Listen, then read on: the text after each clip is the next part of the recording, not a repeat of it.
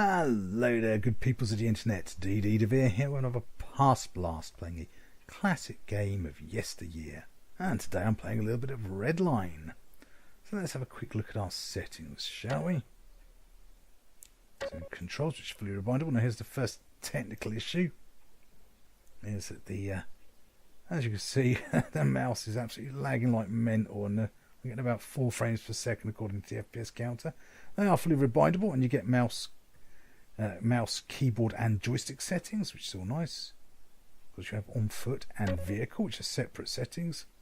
As well as you've got some alternate mappings. If you want to set up alternate mappings, you can do that as well. As well as a few advanced for your cameras, such like. So that's fairly well sorted for the time. You will want to be spending some time in every mapping as well, because when you first get the game, they're not the most logically laid out, in all honesty. So video display options. Now there is an exterior launcher which you can use to set your resolution, but the resolution is maxed out at 1280 by 1024. Apparently there is a fan patch available which will allow you support of modern resolutions, but I've not found it, so I'm not playing with that, so I can't verify it. Outside of that, these extra settings here can be turned on and off, but you can also do that in the launcher. And finally your audio options. So you have basically a volume slider and to enable or disable CD audio, and you see I've disabled it, and I'll just explain for why once we get in game. So this game was of course released back in 1999, and it was developed by Beyond Games and published by Accolade. For some reason the Steam store page says it was developed by Accolade, and that is not the case. So content wise, well, we have some training levels if you want that kind of thing. Multiplayer, I imagine that's going to be long gone, but unless you may be perhaps using something like Tungle or Hamachi to play with a friend. So let's dive on in with a campaign, and you get 12 missions in total, and I'm playing through this one at the moment, or trying to.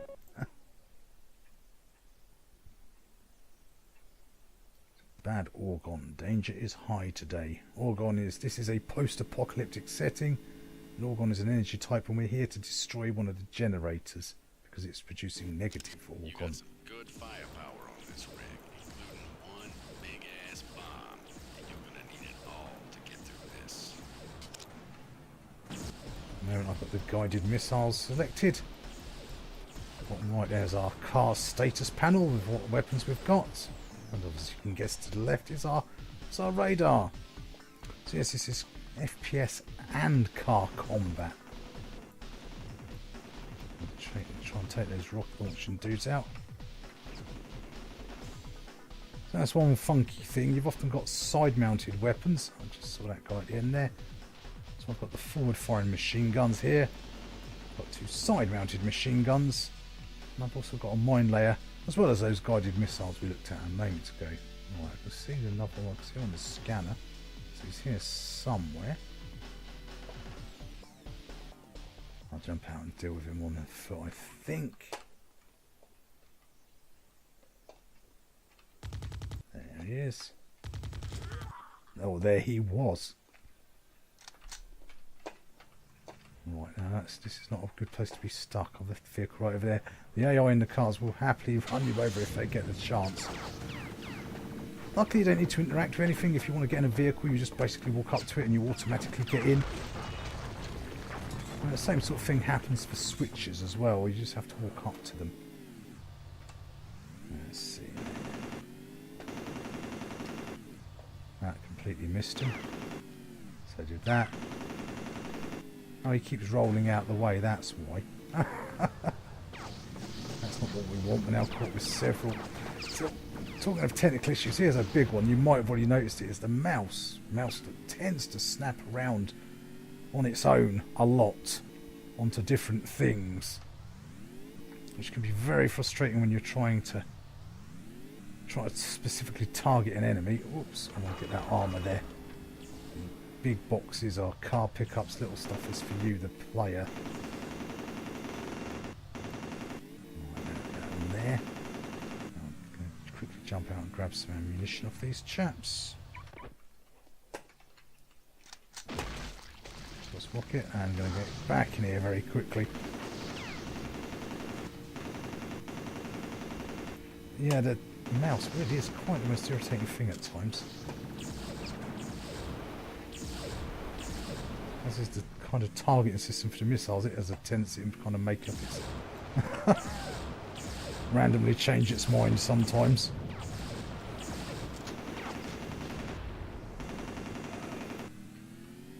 Right, let's try and get back over here. Let's try and pick up some more of these ammunition. There we go. So the graphics, all very post-apocalyptic and dark and moody, but did not mean to hit that. I meant to hit my... I actually meant to hit F to drop my mine, but never mind, it doesn't matter. Oh. There's a lot of explosions going off around here. This is probably not good for the health of the vehicle. So there, the mouse kind of kept drifting off on its own. Very irritating at times, that. Especially in a game like this. This game can be quite brutal in places. I do not know why I managed to keep hitting my exit car, which I've got on C, rather than F for my mines. Scrobula. Count Scrobula. Right, that is getting a little bit weak on my armour there. Right. Hopefully. Oh, there's another car there. Let's go down this way. So in fairness, the graphics weren't really that particularly spectacular back in the day. Right now we might have problems because our armour is getting very low. Let's get that and some munitions. Let's get a bit of space on these guys. Yeah, I think these are rockets, so I better be a bit careful. Definitely the car combat in this game is probably its strongest points. There, the mouse just snapped right off over there. You do also get different camera angles as well, so that's quite nice for the time. But you probably want the exterior one for a lot of it. Right, now where's that ammunition he just dropped? Go. There we go, we've got some grenades. Oh, there's some rockets. Right, oh, and there's an exploding thing. Trust me, in this game, give anything that explodes a very wide berth. What you think is a safe radius often turns out not to be. And that's it, you're dead. A lot of things in this game can one-shot you quite quickly. As I say, this is not much in the way of hand-holding going on here in this one. The map design itself, the maps can be quite large, the levels, but yeah, sometimes the map design itself is quite punishing. Where is he? There he is. And a lot of the time you'll be scratching your head wondering where exactly it is you need to go next. It definitely not his strongest point in the map design.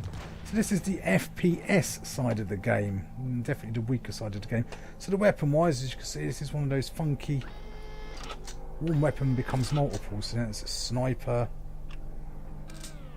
Now I've got the grenade launcher. I'm going to stick with the old shotgun here for this bit as we're going close and personal.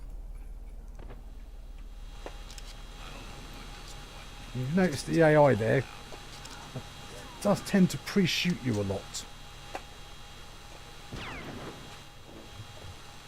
It has a nasty habit of doing that. Alright, so I've got the foot-based radar. And you've also got the classic buzzsaw blade. There's, maybe it's my imagination, but I could have sworn that if you sort of jumped and sort of used the buzzsaw, you could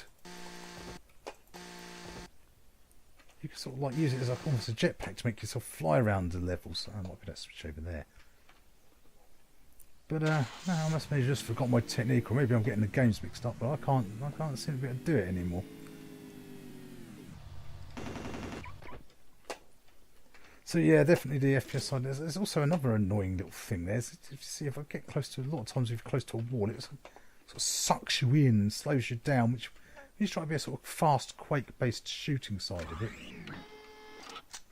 Right, that wasn't the switch. I guess we need to blow that base bits up to pieces.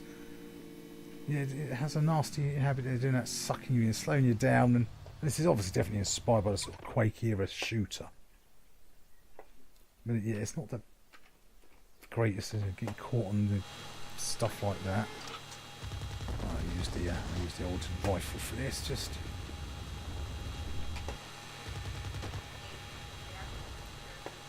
there's a fair bit of there's some destruction in this game. So it's for the era at the time. Ah, yes, yeah, that looks good. Right. Now, normally there's usually quite a few vehicles within a level for you to pick and choose from or change. But this one we have to keep this one vehicle alive, because that's part of the mission. Apparently, we're going to try and drive it into that reactor. Right, time for a more slightly weaker FPS side, so I shall go for a shotgun, as this looks to be close-up work.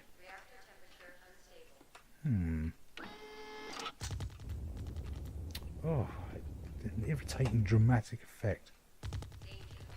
Oh.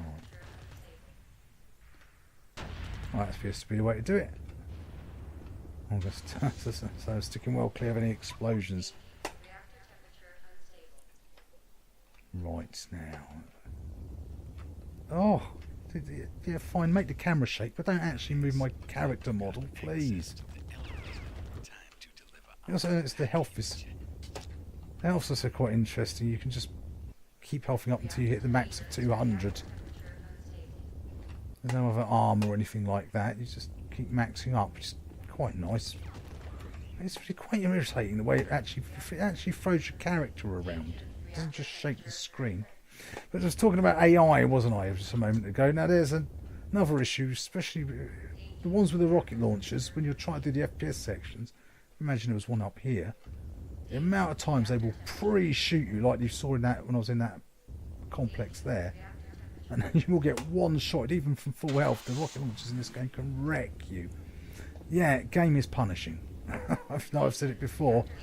We'll said it again. Right now, this time I'm trying to find the some grenade ammunition. Trying to find this lift he spoke about. Some more armour. Do we need it? We do. As I say, we've got to keep this vehicle alive. And each car has its own internal cockpit, by the way. That's quite nice. So this is that's it there. There it is. Yeah, there's this. If this was a different type, the buggy type vehicles, or one of the other, because there's quite a few vehicles. This have its own cockpit as well. So there's a lot of attention to detail there. That sounded like there is somebody on the radar there. Some grenade was being fired at me.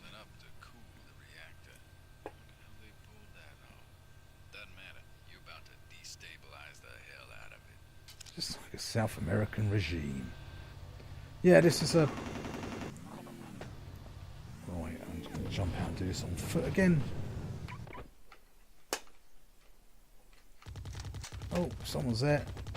So, I mean, not particularly dangerous until that. There, that's what I mean with rocket launcher ones. Dear God. You really got to... They are the worst ones there. He is. Just sniped him, I guess. Right, so what are we after? That way into the door. Right, got it. Switch, no doubt, up here somewhere. Yeah, this one so far seems to be quite logically laid out, this map. That's not always the case. No, I thought it was something to go in. I am mistaken. That sticking onto things is keeping me stuck between that post and the wall there.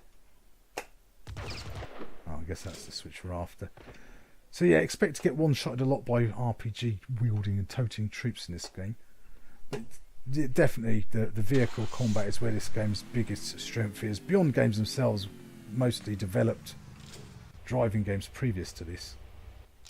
Looks like he wants to play chicken. I say go for it. Punch it. Are you mad? You just told us we're sat on a huge bomb.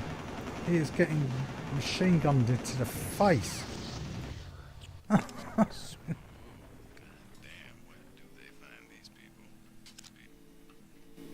Where did he find you? You just told me to, on a little narrow bridge to suicide run a little crappy vehicle. Are you mad, man?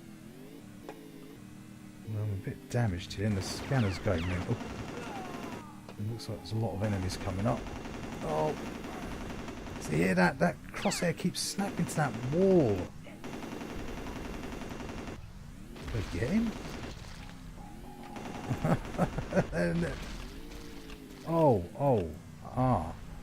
Right, quickly, bail out. We're out of... Why am I... Oh, that's out of ammo as well.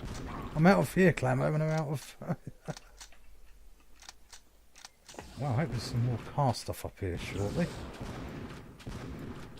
Actually, have a grenade yourself. Those grenades will... saying that, those amount of grenades, those times those grenades will bounce back onto you and kill you as well. There's a lot of stuff in this game that can one-shot you. Oh! Talking of that, it fell off. Right, this isn't good. We're low on ammo for the vehicle, for the car, and low on ammo from the rifles as well. I'm not joking about this game being punishing, gang. Knowing where that quick save is will make your life a lot easier. I would put one in now if it wasn't for the fact I'm almost out of everything. There's no way to transfer ammo from the side guns though, to your forward guns. Which is unfortunate. So I've got 4,000 rounds in either nearly in my two side cannons. See how they're cooling down the reactor. You are definitely doing the world a favor here. Right, this could go... Hello.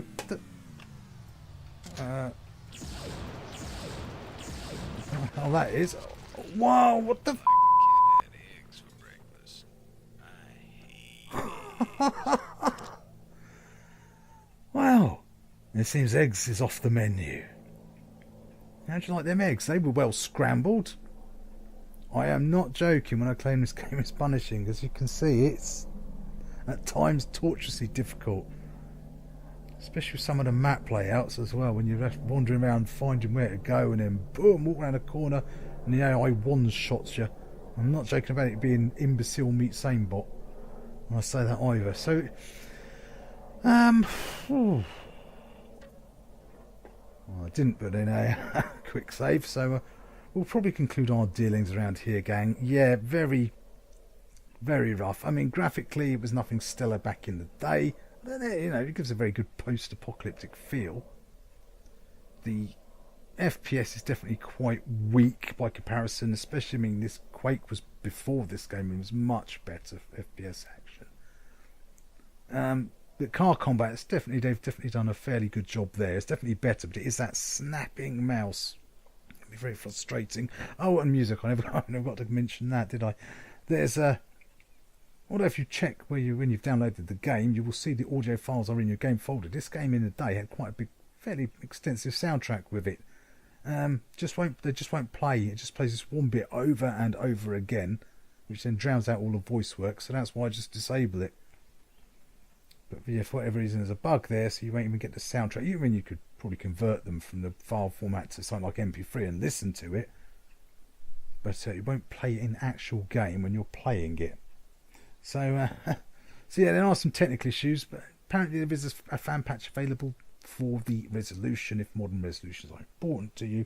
And yeah, spend some frustrating time rewinding your controls just because of how your menus drop into a slideshow. So if you've got the nostalgia goggles for this game, yeah, it still stands up well, if frustratingly well. It is just as teeth grinding in places as you remember it. Yep, you're not wrong about that memory. If you haven't got the nostalgia goggles, there's a fair decent amount of game here, but a lot of it is just replaying a big chunk of levels if you ain't quick saving. That's for sure. So it's definitely one of the rougher games from the era. But it was, the way the car combat and the FPS side are put together is very extensively well done, especially with the amount of control, the mapping options available. It's just Yeah, it seems that Beyond Games were more went to be driving specialists rather than, certainly not FPS was not their strongest point.